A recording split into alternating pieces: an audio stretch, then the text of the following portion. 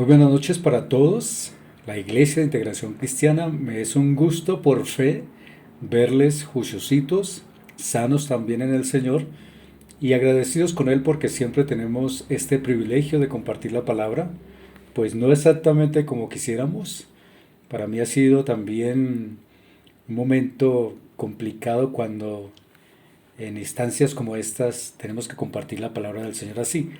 Pero precisamente el tema de hoy tiene algo que ver con lo que está pasando, así que quiero inmediatamente hacer la oración, no sin antes saludar también a aquellos que se conectan o nos ven justo en el momento o después, saludarles, desearles que el Señor les bendiga. Gracias por sus comentarios, gracias por su palabra también de fortaleza para nosotros y mutuamente somos para ustedes también en el Señor. Estamos orando por las peticiones, ni más faltaba. Y saludamos una vez más a Argentina, a Ecuador, a Panamá, a México, a Estados Unidos, a Canadá, a España. Los saludamos de verdad con todo corazón y ni más faltaba a nuestro país, Colombia. Vamos a orar y comenzamos la enseñanza en esta noche. Padre Celestial, te damos la gloria. Permítenos hoy, una vez más, a través de estos medios, usar, Dios mío, tu palabra también para que ella sea de edificación a nuestra vida y esté vivificando nuestro corazón. Gracias por este privilegio. Oramos por las familias de la fe, por las personas que se conectan también con nosotros, por la iglesia en general, Dios mío. Que sea tu Santo Espíritu fortaleciendo, dando paz y gozo en medio de estos tiempos. Te damos a ti la gloria, Padre, Hijo y Espíritu Santo de Dios. Amén. Y amén. Muy bien, el tema de hoy, la última prueba de la iglesia, pasar por la gran tribulación. Está largo un poquito el título, pero es muy importante. La última prueba de la iglesia, pasar por la gran tribulación. Precisamente hoy estamos cumpliendo escasitos 4 meses de estar en aislamiento preventivo. Y pregunta, ¿acaso no estamos pasando una prueba, una tribulación? En la vida hay avisos, como hay también anuncios bíblicos, donde el Señor nos dice, y a través de su palabra en todo tiempo, se nos hablaba respecto a el rapto, el arrebatamiento. Cristo viene. Cuando el apóstol Pedro y el apóstol Pablo también ellos conocían de estos valores doctrinales, se saludaban y se despedían a través de esta palabra: Cristo viene, Maranata, Cristo viene. Si hoy nos dijeran que mañana el Señor vendría, ¿qué haríamos? Quizás diríamos, uy, todavía no, porque no estamos preparados.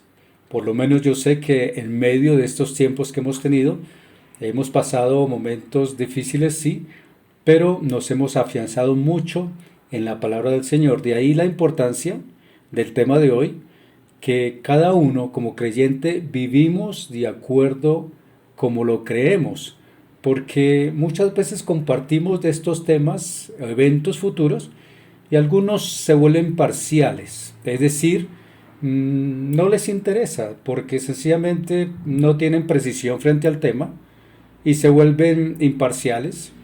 Y de verdad que debemos interesarnos. Por lo menos en mi caso como pastor, tengo que decirles que cuando escuchaba mucho acerca de estos temas, realmente impactaban a mi corazón.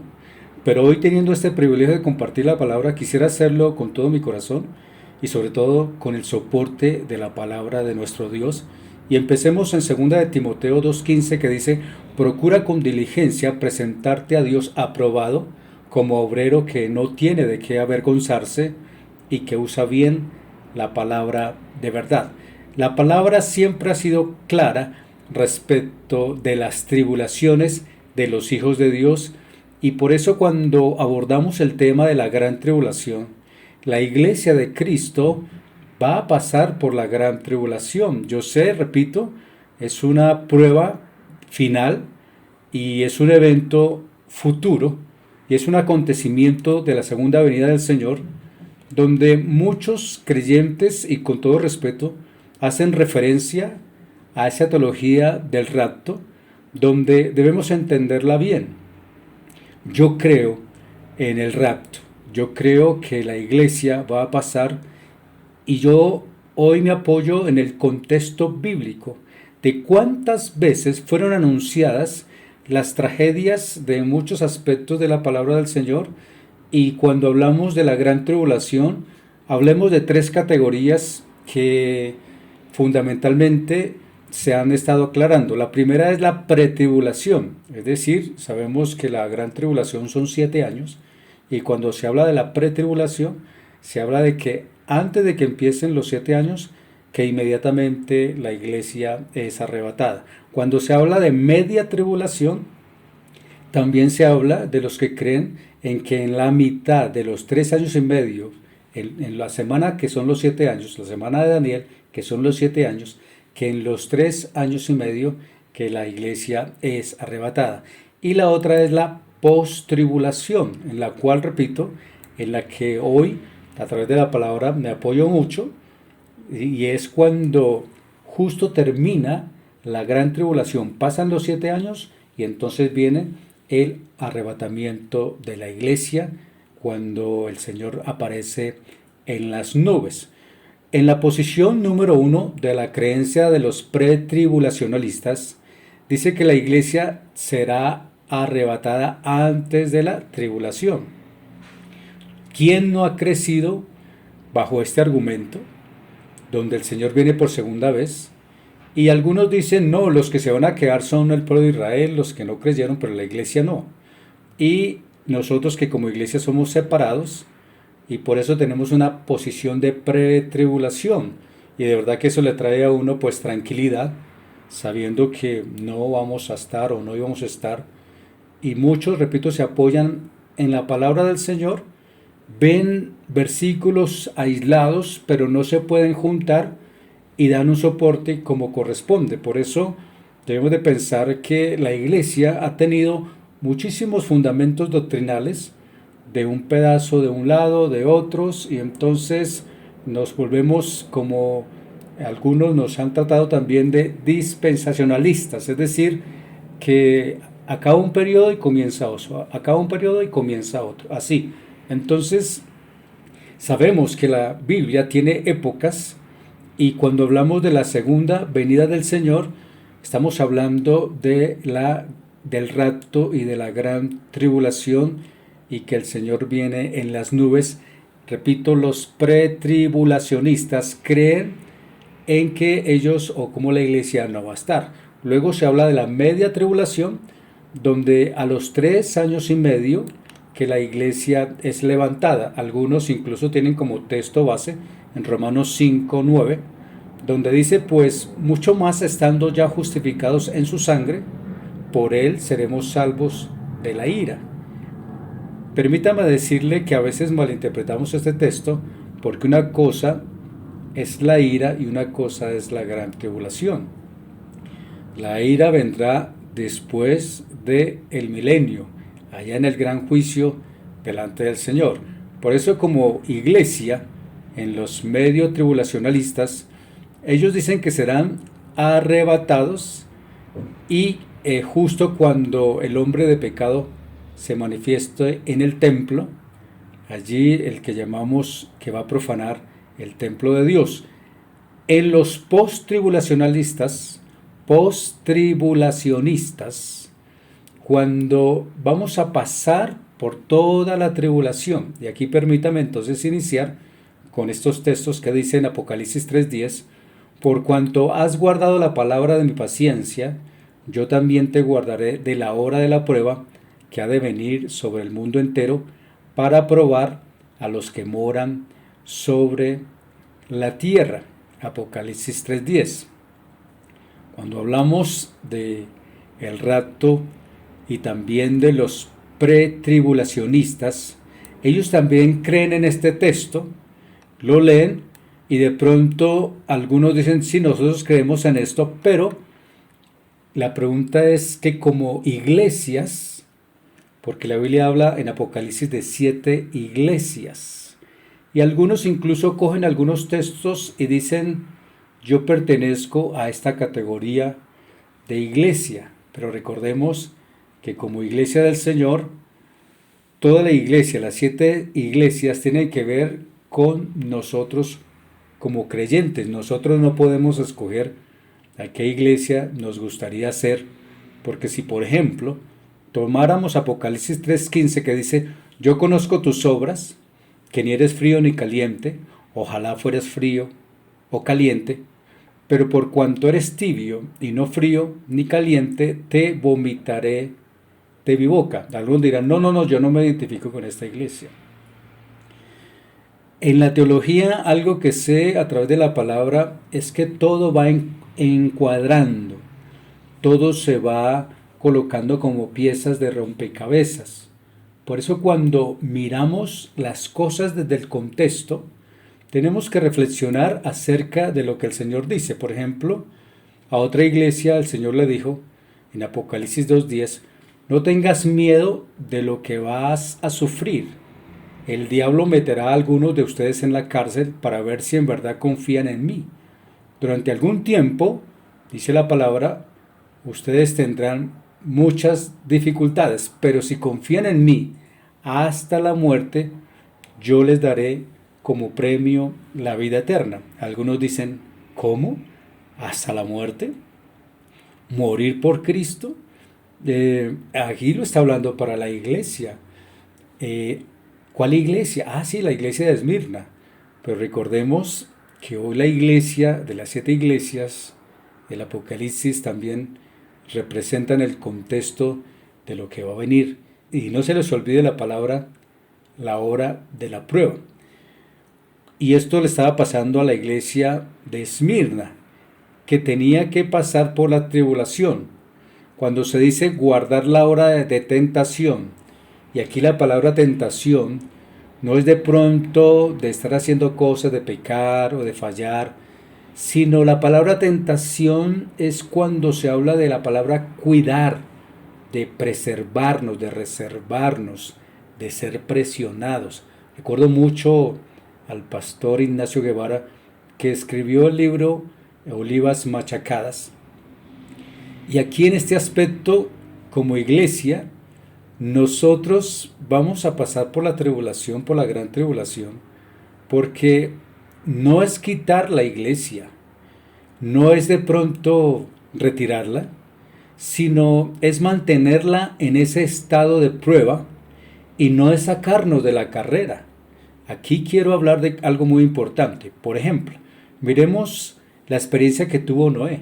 Cuando Dios llamó a Noé, que iba a destruir la tierra, un cataclismo, no habla de que él iba a ser guardado, no habla de que él iba a ser arrebatado, no, él pasó la prueba y fue un cataclismo, no fue 7 años de tribulación, fue un cataclismo. Entonces el Señor guardó a Noé. ¿Qué decir de Moisés? Moisés también no solamente pasó 40 años en el desierto, sino también él estuvo solo antes de liberar al pueblo de Israel de Egipto y pasaron 40 años en el desierto, 40 años. No fue fácil. ¿Qué decir también de el rey David? Él también pasó por tribulaciones. Es más, nuestro Señor Jesús también dice que pasó por la hora de la tentación, pero vamos a ir luego más adelantico. Sin embargo, cuando los discípulos fueron advertidos por el Señor, ellos también fueron golpeados. Se dice que la mayoría de casi todos, de los apóstoles murieron de manera de mártires, de una forma impresionante. El único que no murió de esa forma fue el apóstol Juan. Sin embargo, no fue nada difícil la prueba que pasó el apóstol Juan. Como iglesia, pregunta, ¿la iglesia ha sido perseguida o va a ser perseguida? Ahí no dice que la iglesia, por si acaso, si algún día será perseguida. No, hoy más que nunca somos perseguidos. ¿Y por qué lo digo? Porque, repito, ya llevamos 4 meses y ¿qué ha pasado? Estamos alrededor de personas que han muerto, que han fallecido. Personas que hemos conocido también han fallecido. Hemos visto el dolor y hemos estado ausentes de muchos momentos. No ha sido fácil. Eso es ser presionados. Como iglesia estamos siendo presionados. Y recordemos que la palabra tribulación también se habla de comprimir. Es, literalmente se dice que es como colocar una uva en el piso y pisarla y sacarle lo que más se pueda. Eso es tribulación y tiene que ver con presionar. ¿Sabe? El problema nuestro cuando se habla de presionar, de la tribulación, realmente a veces como que no nos gusta esa palabra. ¿Sabe por qué? Porque siempre estamos inclinados hacia la rebeldía. Nosotros por naturaleza somos rebeldes. No nos gusta que nos manden, no nos gustan que nos den órdenes. Y por eso cuando escuchamos la palabra del Señor, hay algunos que les gusta escuchar mucho las promesas, mas no las demandas, porque cuando hay demandas es porque el Señor quiere que nosotros seamos disciplinados. Por ejemplo, mire este texto, Mateo 7:14 dice, porque estrecha es la puerta y angosto el camino que lleva a la vida eterna, y pocos son los que la hallan. Y esa palabra, pocos son los que la hallan, no es tanto que eso es difícil de buscar, no. Más bien que no están tan interesados, que no la anhelan. La palabra angosta aquí tiene un significado y no solamente habla de algo, de una puerta literal más estrecha, no. Se habla, la palabra angosta tiene que ver con presionados, cuando nos presionan, tribulación. ¿A cuántos les gusta el camino ancho? Y el camino ancho tiene que ver con más lo que yo quiero y no las demandas del Señor.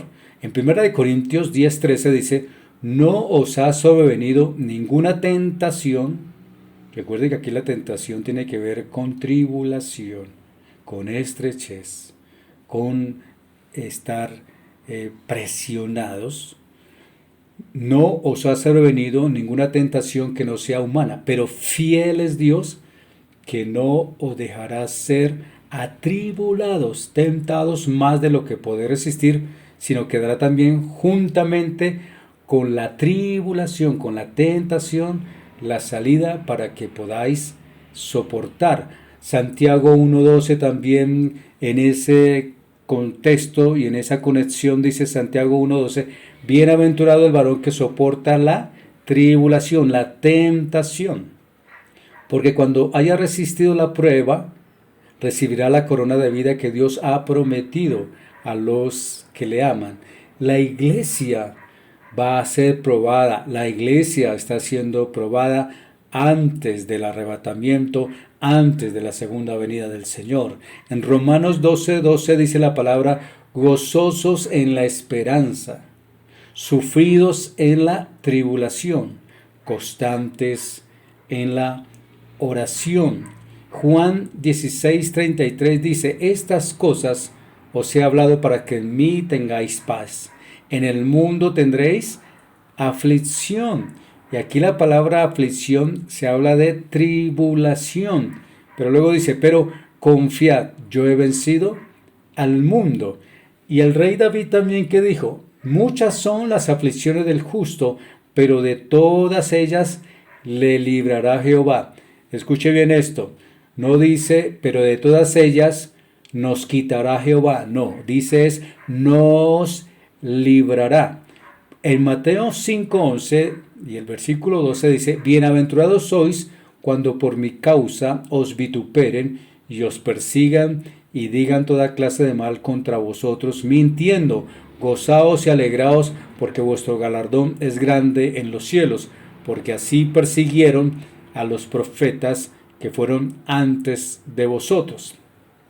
En 2 de Timoteo 3:12, estoy dando palabra porque sé que usted también allí, en su corazón, va a permitir que en medio de este momento que en todo el mundo está pasando, porque luego se hablan de segundas olas, quizás vendrá otra tercera, pero nosotros estamos confiando en el Señor y por eso el apóstol nos dice lo siguiente, 2 Timoteo 3:12, y también todos los que quieren vivir piadosamente en Cristo padecerán persecución, dice la palabra del Señor. ¿Sabe? Cuando hablamos de la gran tribulación Y cuando hablamos de la iglesia que tiene que pasar por esos eventos tan críticos y difíciles, y es literalmente como la última semana de los tiempos de las 70 semanas de Daniel, en Deuteronomio 8:2 al versículo 4 dice: y te acordarás de todo el camino por donde te ha traído Jehová tu Dios estos 40 años en el desierto, para afligirte, probarte, para saber lo que había en tu corazón, si habías de guardar sus mandamientos. El versículo 3 dice: y te afligió y te hizo tener hambre. Aquí hay algo muy importante. Si traemos en contexto lo que la palabra del Señor nos habla, ¿cuántos no han pasado por este desierto? ¿Cuántos no han sido afligidos? ¿Cuántos no han sido probados, no hemos sido probados? ¿Y cuántos en un momento dado también podemos ver que han sentido hambre? Pero la Biblia dice: y el Señor los sustentó con maná, comida que no conocías tú ni tus padres la habían conocido, para hacerte saber que no solo de pan vivirá el hombre, mas de toda palabra que sale de la boca de Jehová vivirá el hombre. ¿Se acuerdan de esa palabra? No solo de pan vivirá el hombre. El Señor Jesús la expresó. Y el versículo 4 dice: tu vestido nunca se envejeció sobre ti, ni el pie se te ha hinchado en estos 40 años.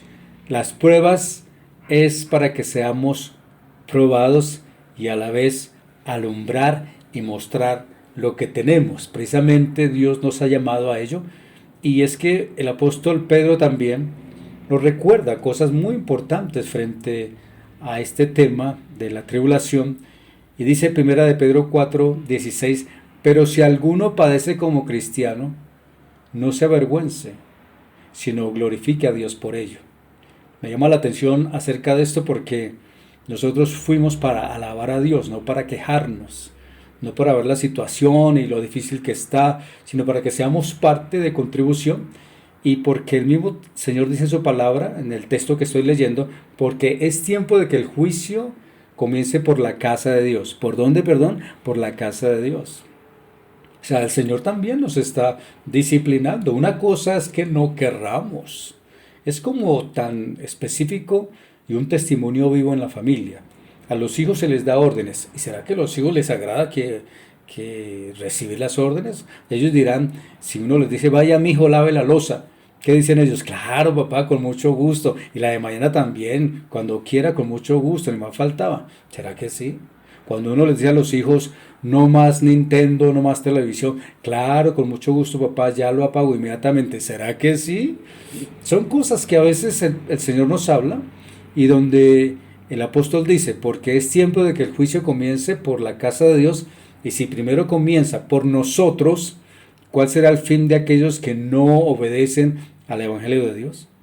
Y si el justo con dificultad se salva, ¿en dónde aparecerá el impío y el pecador? Tribulación es para aprender la paciencia, no para acomodarnos y para sentirnos que no vamos a tener pruebas y que ya estamos listos para irnos. Señor, ven ya porque ya estoy listo.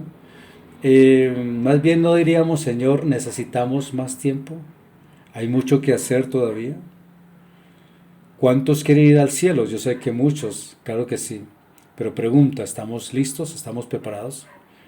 En Santiago 1:2 dice: hermanos míos, tened por sumo gozo cuando os halléis en diversas pruebas. ¿Pruebas para qué? ¿Las pruebas para qué son? Las pruebas son para acabarlas. Se comienza y se acaban. Y por eso cuando en la Biblia se marcan principios de dolores, también se comienza y se termina. Aquí hay un texto muy valioso, que aquí es donde también pedimos al Espíritu Santo de Dios para que alumbre su entendimiento, porque es una palabra que el Señor Jesús dijo cuando estaba en el huerto de Getsemaní. Él dijo en Mateo 26:40: vino luego a sus discípulos y los halló durmiendo, y dijo a Pedro: ¿así que no habéis podido velar conmigo una hora? Ustedes saben por qué el Señor estaba en esa angustia de desesperación, ¿verdad? Y que incluso él dijo, Señor, si es necesario, pasa de mí esta copa. Él habla de una hora de que aquí no era de una hora, de un tiempo nuestro, literal, no, de una hora de pasar una prueba. Y el Señor estaba en su hora de tentación. Recuerde que aquí la tentación no era cometer pecado, sino era pasar por la tribulación. Recuerde que estoy hablando de la palabra tentación como tribulación, como pasar una prueba. Y aquí el Señor iba a pasar una prueba. Por eso Él le dijo, Padre, pasa de mí esta prueba, esta copa. Es decir, algo así como arrebátame, llévame contigo, manda a todos los ángeles y ya que aquí no pase nada. En esa hora de tentación, el Señor Jesús, ¿qué quería Él? Él no quería sufrir, Él no quería pasar ese momento difícil de pagar un precio muy alto, muy alto. Pasa de mí esta copa, dice. Pero luego dice, no se haga mi voluntad, sino la tuya. Prácticamente aquí estoy escuchando la palabra del Señor que dice, Jesús, hijo mío, te voy a presionar. Vas a obedecer. Vas a hacer lo que te dije que te había enviado y tú dijiste que lo ibas a hacer. Ahí lo vas a hacer. Vas a ser presionado. Vas a morir. Vas a estar 3 días en la tumba. Pero después que te levantes, después de que resucites, verás mi mano y tendrás vida y vida eterna. Y por eso fue que el mundo se regocijó, porque él venció a Satanás. ¿Qué descubrimos aquí? La hora de la tentación. ¿Sabe qué dice Apocalipsis 3:10? Por cuanto has guardado la palabra de paciencia, yo también te guardaré de la hora de la prueba que ha de venir sobre el mundo entero para probar a los que moran sobre la tierra. ¿Qué creen que está pasando en este tiempo, mis amados? ¿Qué creen que está pasando? El mundo todo ha sido puesto en prueba. Y la Biblia dice que estamos pasando la hora de la prueba. ¿Cuándo comenzó la gran tribulación? Nosotros sabemos que el Señor ha levantado una bandera y hoy estas son las señales más precisas sobre lo que está aconteciendo en el mundo, y por eso aquí dice la palabra del Señor, yo también te guardaré de la hora de la prueba. Recuerde que la hora de la prueba no es una hora de 60 minutos, no, es esa hora que ha venido sobre el mundo, y aquí está la conexión donde es una hora de aflicción.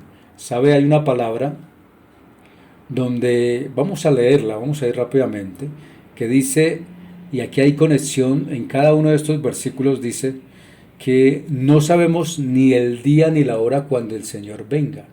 En Mateo 24:36 dice, pero el día y la hora nadie sabe, ni aun los ángeles de los cielos, sino solo mi Padre. Y luego dice, más como en los días de Noé, así será la venida del Hijo del Hombre. Como en los días de Noé. ¿Y cómo eran los días de Noé? ¿Acaso no eran de abominación, de pecado, de incredulidad, de rechazo para con el Señor? ¿Y quién fue el único que le creyó al Señor? Fue Noé, y fueron salvos 8. Pregunta, los que caminamos en la luz veremos las señales y sabemos que si el Señor, Él dice que está a la puerta. Vamos a leer la palabra que hoy estoy muy bíblicamente estudiado, y por eso me tomé la tarea de traer esos textos. Se dice en 1 de Tesalonicenses 5:1, pero acerca de los tiempos y de las ocasiones, no tenéis necesidad, hermanos, de que yo os escriba, porque vosotros sabéis perfectamente que el día del Señor vendrá así como ladrón en la noche, que cuando digan paz y seguridad, entonces vendrá sobre ellos destrucción repentina, como los dolores a la mujer encinta, y no escaparán. Mas vosotros, hermanos, no estáis en tinieblas, dice la palabra, para que aquel día os sorprenda como ladrón. Fíjese las palabras del contexto. ¿Por qué nosotros, si la palabra dice, si supiéramos a qué hora vendría el ladrón, lo esperaríamos? Es cierto, pero ¿a quién se lo está diciendo? A la iglesia. Y nosotros, pregunta, ¿sabremos entonces lo que está diciendo la palabra aquí acerca de lo del ladrón? Voy a volver a leer. Dice, mas vosotros, hermanos, no estáis en tinieblas. ¿A quién les llegan los ladrones? A los que están en tinieblas. Pero los que están en luz, dice la palabra. Ahí vamos a leerlo. Mas vosotros, hermanos, que no estáis en tinieblas, para que aquel día os sorprenda como ladrón, porque todos vosotros sois hijos de luz e hijos del día. Vemos clarito. Estamos viendo los acontecimientos. No somos de la noche, ni de las tinieblas. Los que están confundidos son los que no caminan en la luz. No entienden los eventos, no entienden nada, y por eso algunos hablan de una cosa y otra, y estamos mirando que aquí el Señor nos está hablando acerca de que somos hijos de luz. En Apocalipsis 3:3 dice, acuérdate pues de lo que has recibido y oído y guárdalo y arrepiéntete, pues si no verás, vendré sobre ti como ladrón y no sabrás a qué hora vendré sobre ti. Jesús nos puede sorprender si le obedecemos o no le obedecemos. En los tiempos que estamos esperando, el Señor dice que vendrá como ladrón en la noche, pero ¿sobre quién? Sobre los que no obedecen. Pero seremos finalmente liberados cuando el Señor regrese si nosotros estamos cumpliendo con su santa palabra. La iglesia de Cristo estará en la gran tribulación. La Biblia dice, estoy a la puerta y llamo. Pregunta, ¿cómo sabe uno cuando alguien está en la puerta? En Mateo 24:33 dice, de la misma manera, cuando veáis todo esto, sabed que el Hijo del Hombre ya está a la puerta. Como en los días de Noé, abominación, pecado, nadie sabe el día ni la hora, pero el Padre ha dado instrucciones. ¿Se acuerdan de ese coro que dice, y a su esposa se le ha concedido que se vista de lino fino? Jesús viene por su novia. En Mateo 25 está en la parábola de las 10 vírgenes, y voy a dejárselo para que ustedes lo lean, pero recordemos que eran 10 vírgenes, todas ellas con sus lámparas. Salió Narciso el esposo. Luego dice que 5 de ellas eran prudentes y las otras eran insensatas. Las insensatas, tomando sus lámparas, no tomaron consigo aceite. Las prudentes sí tomaron sus vasijas y su aceite. Luego dice que el esposo tardó, todas cabecearon y durmieron, y a la medianoche se escuchó un clamor, aquí viene el esposo, salid a recibirle. Las vírgenes se levantaron, se arreglaron sus lámparas, y las insensatas se dieron cuenta que no tenían aceite y le pidieron prestado a las prudentes. Y ustedes saben que las prudentes dijeron, no, para que no nos falte, ni a nosotros ni a ustedes, vayan más bien y compren ustedes. Y ellas fueron, y al volver ya las puertas tanto se habían abierto y se habían cerrado, porque llegaron las bodas del Cordero. La Biblia dice, después vinieron también las otras vírgenes diciendo, Señor, Señor, ábrenos. Mas él respondiendo dijo, de cierto os digo que no os conozco. Velad pues, porque no sabéis el día ni la hora en que el Hijo del Hombre ha de venir. Aquí hay algo muy importante. El aceite significa la unción de la palabra de Dios aplicada en nuestro corazón. Que eso quede para usted y para mí lo más claro, que estoy obedeciendo a la palabra del Señor. Esa es la unción. No es la unción que nos venden por ahí, de que se cae y que se levanta y se vuelve a caer. No, es cuando aplico la palabra de ese aceite fresco en mi vida. Recuerde que el Señor también dice que cuando algunos dijeron, Señor, Señor, nosotros hicimos milagros, ¿qué no hicimos, mejor dicho? Pero ¿qué les va a decir el Señor? Nunca os conocí, apartados de mí, hacedores de maldad. Estoy leyendo en Mateo 7:23. Conste que le estoy dando citas muy importantes. Y en primera de Juan 3:4 dice, todo aquel que comete pecado infringe también la ley, pues el pecado es infracción de la ley. Recordemos aquí algo muy importante. Todos los días tenemos que estar revisando mi puntualidad, mi termómetro espiritual. ¿Estoy en pecado? ¿Tengo que arrepentirme? Sabemos que todos los días en algún momento fallamos con nuestras actitudes, pero ¿qué tenemos que hacer? Pedir perdón, arrepentirnos, tener la seguridad de que Dios quiere que nosotros estemos bien con Él. Aquí no se trata de que si no digo mal, o que si no fumo, que si no voy a fiestas, no, no tiene nada que ver con eso. Tiene que ver es con la obediencia a los principios de la palabra del Señor. Hay principios muy poderosos de la palabra, y uno de ellos, que el que sabe hacer el bien y no lo hace, le es contado como pecado. Por eso en Santiago 5:16 dice, confesaos vuestras ofensas unos a otros y orad unos a otros para que seáis sanados. La oración eficaz del justo puede mucho. Justo es aquel que hace lo correcto. El Señor Jesús nos recuerda que Él no vino a abrogar la ley, sino a cumplirla. Y por eso sigue diciendo que de cierto os digo que hasta que pase el cielo y la tierra, ni una jota ni una tilde pasará de la ley hasta que todo se haya cumplido. Es decir, conocer al Señor, obedecerle. En segunda de Tesalonicenses 2:4 dice, que no os dejéis mover fácilmente de vuestro modo de pensar, ni os conturbéis ni por espíritu, ni por palabra, ni por carta, como si fuera nuestra, en el sentido que el día del Señor está cerca.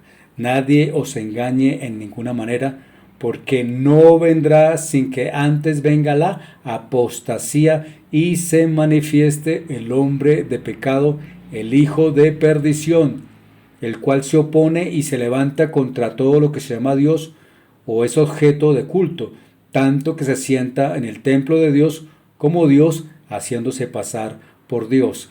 ¿No os acordáis que cuando yo estaba todavía con vosotros os decía esto? Y ahora vosotros sabéis lo que lo detiene, a fin de que a su debido tiempo se manifieste, porque ya está en acción el misterio de la iniquidad, solo que hay quien al presente lo detiene, hasta que él a su vez sea quitado de en medio. Aquí la doctrina argumentativa de todos los tiempos es que el Espíritu Santo ya no está y que ya se fue. Eso no es verdad. El Espíritu Santo, Dios Todopoderoso, Padre, Hijo y Espíritu Santo, están aquí en la tierra. Los eventos pertenecen a Él. El diablo sí haya podido venir a matar, robar y destruir, pero Él no se va y va a dejar a algunos pocos aquí, se va a llevar a otros. No, Él lo que va a hacer es confrontar. Cuando dice la palabra que ya está el misterio de la iniquidad, solo que al presente hay algo que lo detiene, y hasta que él a su vez sea quitado de en medio. No dice que sea arrebatado, quitado. Es como cuando están cuidando, pensemos en la modelo, el IMPEC que está cuidando a todos estos privados de libertad, y de pronto abren todas las rejas y ellos se van. ¿Qué van a hacer los privados de libertad? Ellos se van a escapar.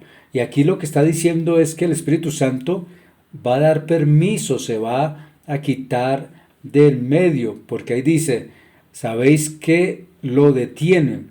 Y nosotros no podemos pensar que es que el Espíritu Santo se va a ir. Una cosa es que esa restricción que tenía es quitada y el Espíritu Santo se quita del medio, da permiso, repito, no significando que es llevado al cielo, sino es quitado del medio del enemigo. En 1 Corintios 6:19 dice, ¿o ignoráis que vuestro cuerpo es templo del Espíritu Santo, el cual está en vosotros, el cual tenéis de Dios, y que no sois vuestros?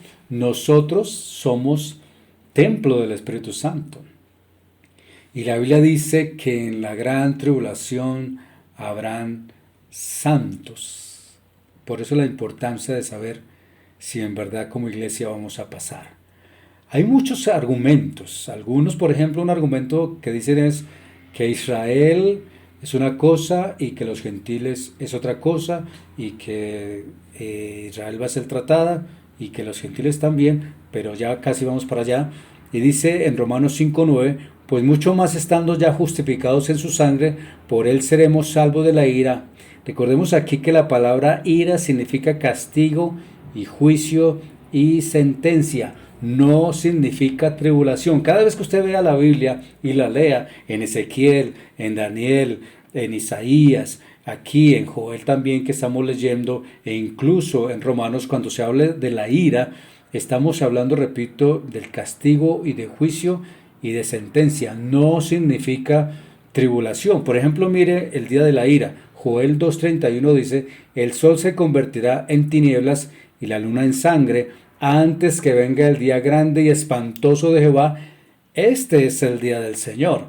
En 2 de Tesalonicenses 2:1-3 dice, pero con respecto a la venida de nuestro Señor Jesucristo y nuestra reunión con Él, os rogamos, hermanos, que no os dejéis mover fácilmente de vuestro modo de pensar, ni os conturbéis ni por espíritu, ni por palabra, ni por carta, como si fuera nuestra, en el sentido de que el día del Señor está cerca. Nadie os engañe en ninguna manera, porque no vendrá sin que antes venga la apostasía y se manifieste el hombre de pecado, el hijo de perdición. Esto ya lo habíamos leído, pero es que esas son las líneas de evento dentro de los 7 años. Daniel 9:27 lo dijo de esta forma, y por otra semana confirmará el pacto con muchos. A la mitad de la semana hará cesar el sacrificio y la ofrenda.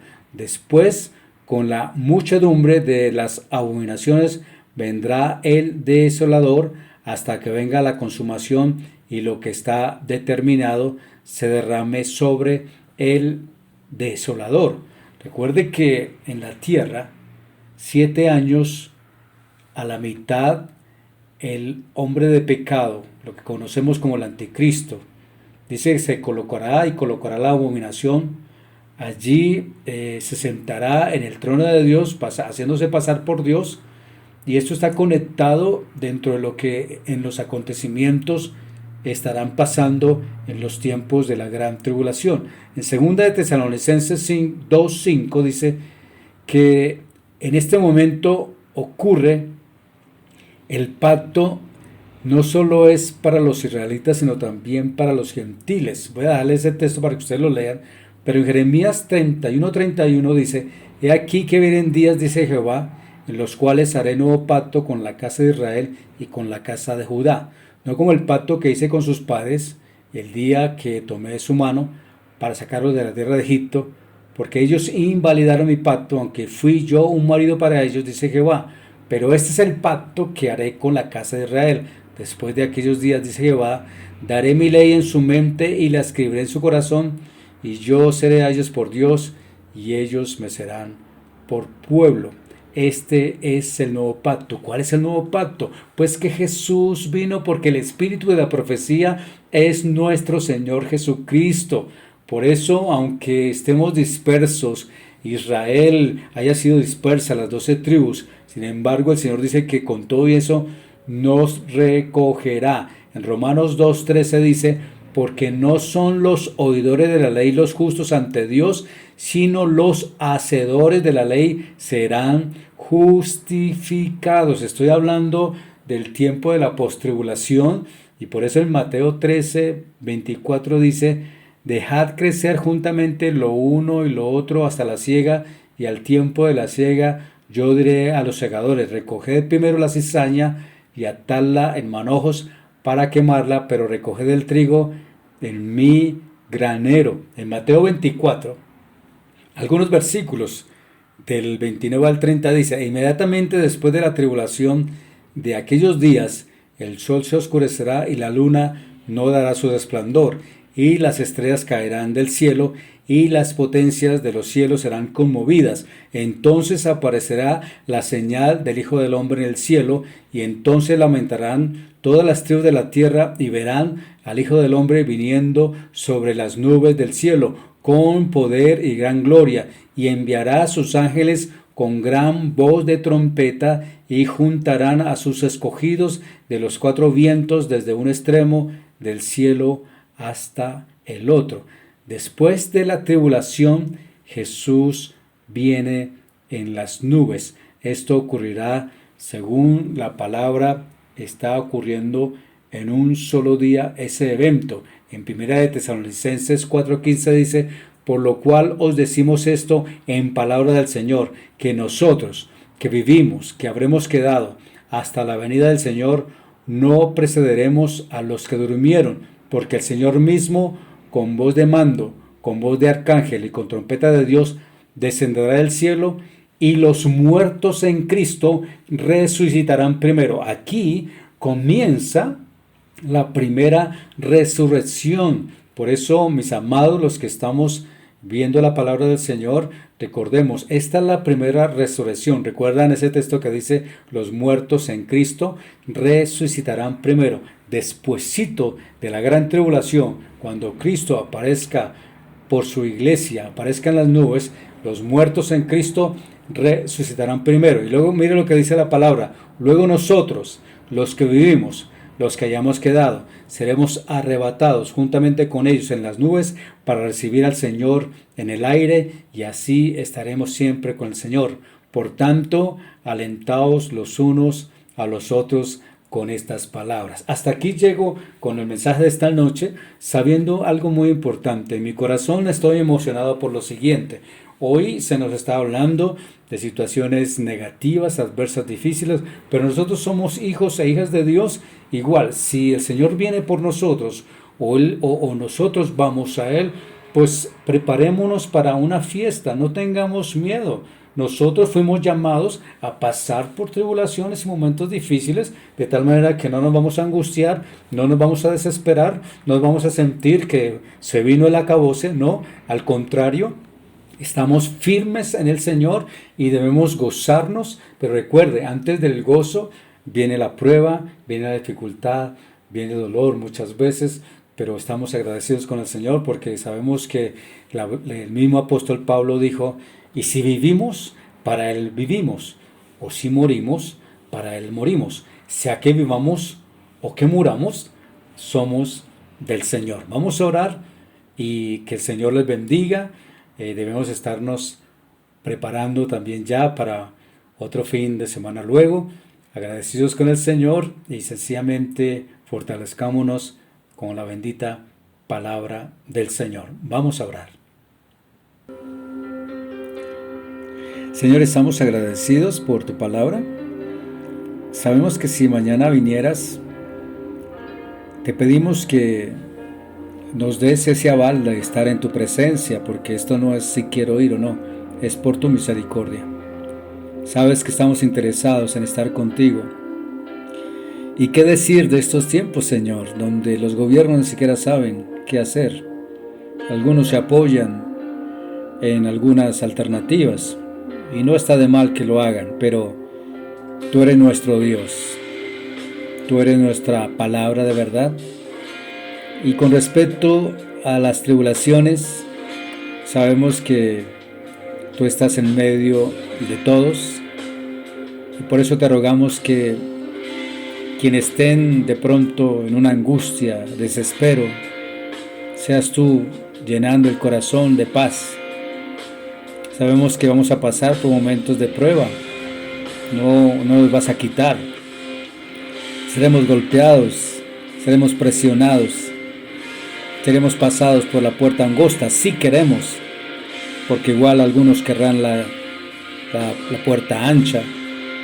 Quizás algunos insensatos, como las 5 vírgenes imprudentes, que se confiaron en que porque tenían las lámparas y algo de aceite, se olvidaron de practicar la palabra, y cuando se dieron cuenta fue demasiado tarde.